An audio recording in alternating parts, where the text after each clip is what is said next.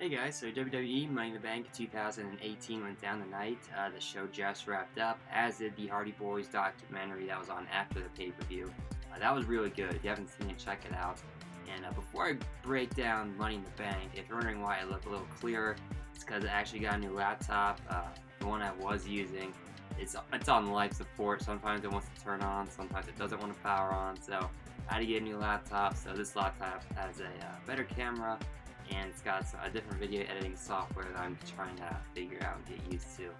I had two on here, one didn't work, so I got another one, and that was one I've been using for the majority of the, probably like the past 2.5 years. This one's a little different, so I'm still working out the kinks and the bugs and trying to figure it out, so bear with me. This is the first video I'm filming using my new laptop and the new video editing software that's on it. So let's break down Money in the Bank 2018 now. First match was on the kickoff show. Bludgeon Brothers taking on the Club. The Bludgeon Brothers, in the end, they defended their SmackDown Live Tag Team Championships over the Club, and it made sense here. The WWE has been building up the Bludgeon Brothers as legit monsters on the roster. If Braun Strowman was a tag team, it would be the Bludgeon Brothers. Harper and Gallows, as I said, monsters in the SmackDown Tag Team division. And yeah, WWE is looking to continue their dominance. That was evident by the one hit they got on the kickoff show. After that, next match was Daniel Bryan taking on Big Cass. In the end, Daniel Bryan got the win here. I was a little shocked. I thought Big Cass might get the win, but there's rumors that he might be in some hot water over the segment that happened on SmackDown a couple weeks ago. So I don't know if that played into the decision to have Daniel Bryan win. But in the end, Daniel Bryan got the win. I'm a fan of Daniel Bryan, so I was happy to see him win. Big Cass, I feel like he's still trying to really find his footing as a heel. Hasn't really made that connection yet with the crowd.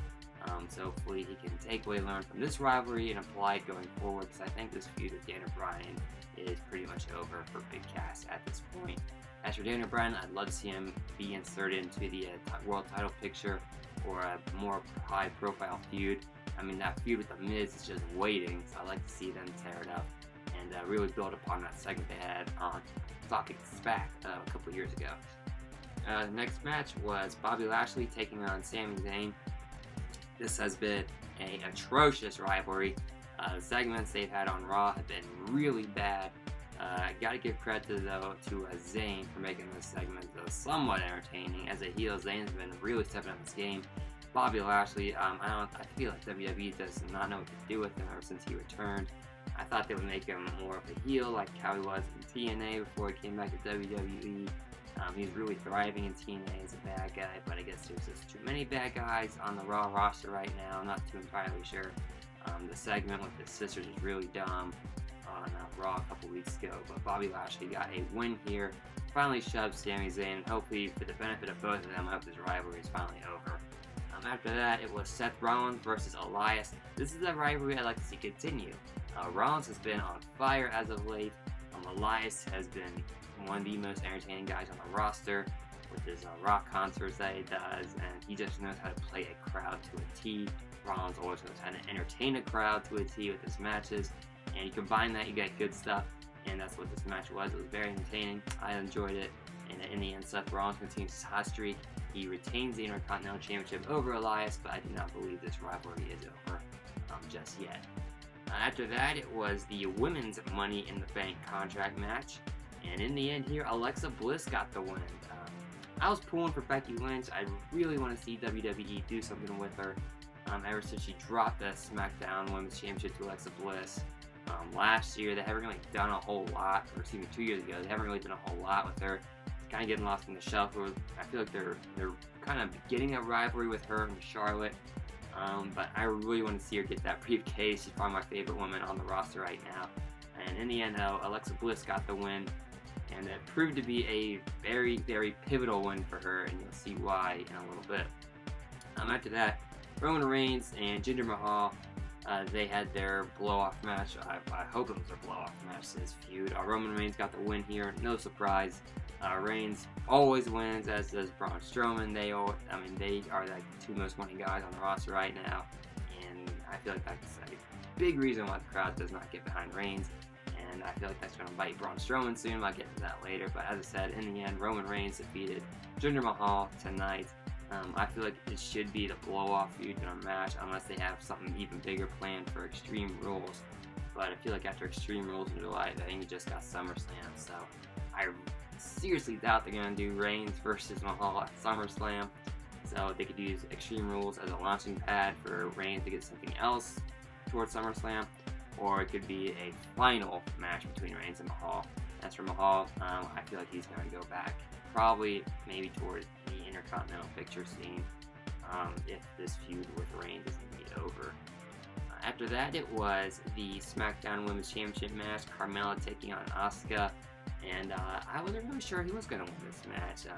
You know, Carmella she's been doing a pretty good job, in my opinion, as SmackDown Women's Champion, but I did not give her a clear shot to beat Asuka cleanly.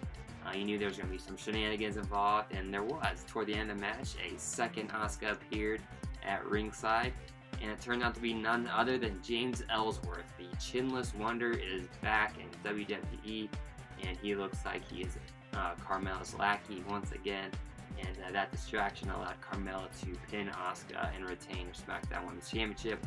Based on that ending, this feud is definitely not over, and I cannot believe James Ellsworth is back in WWE.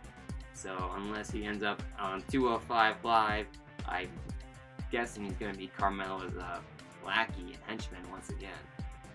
The next match on the show was the WWE Championship match, AJ Styles versus Shinsuke Nakamura in a last man standing match. This was a great match. I enjoyed it a lot.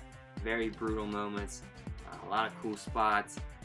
Probably one of the craziest spots was Styles doing a Styles Clash to Nakamura off the steel stairs onto the floor, and then he hit a phenomenal forearm from the ring ropes to Nakamura through the announce table.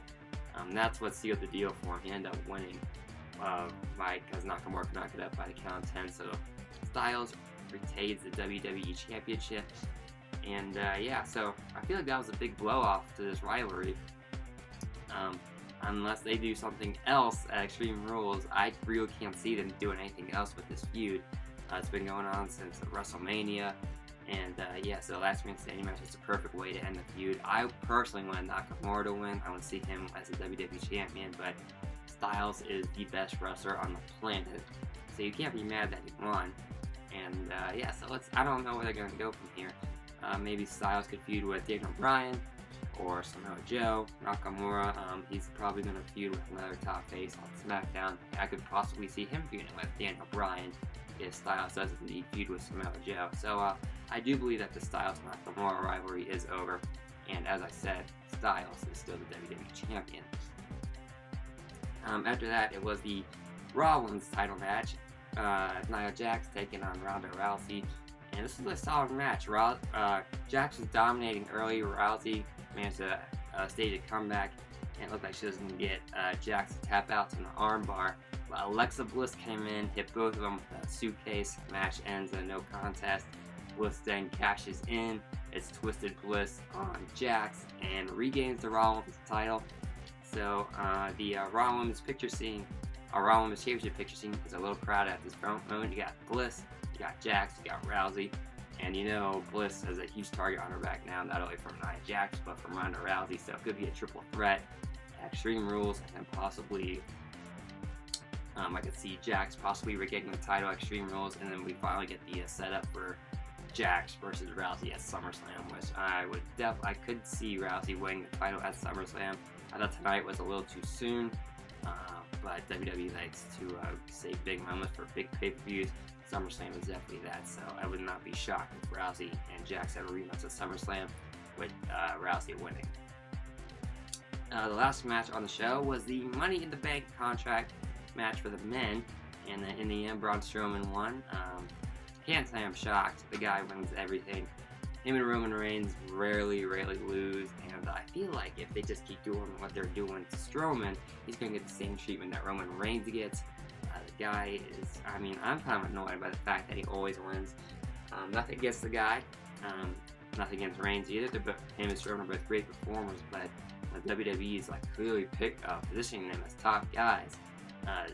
They have this bad track record of making everybody wants to be the top guy. Never loses and overcome the odds. Strowman was buried under, I have no idea, 20 ladders and he still ends up winning. So, yeah, Strowman, I feel like he was over enough to where he did not need to win the Money in the Bank briefcase.